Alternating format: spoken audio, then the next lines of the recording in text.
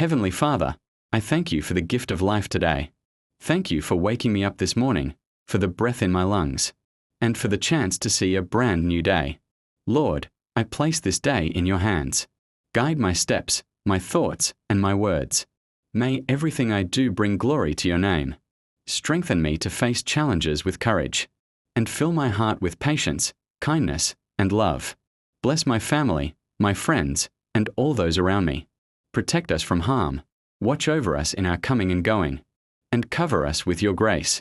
Father, grant me wisdom to make the right choices, peace to stay calm in difficult times, and joy to remain grateful in every moment. I pray for those in need today, those who are sick, worried, or lost. May your light shine upon them and bring comfort. Thank you, Lord, for being my strength, my shield, and my provider.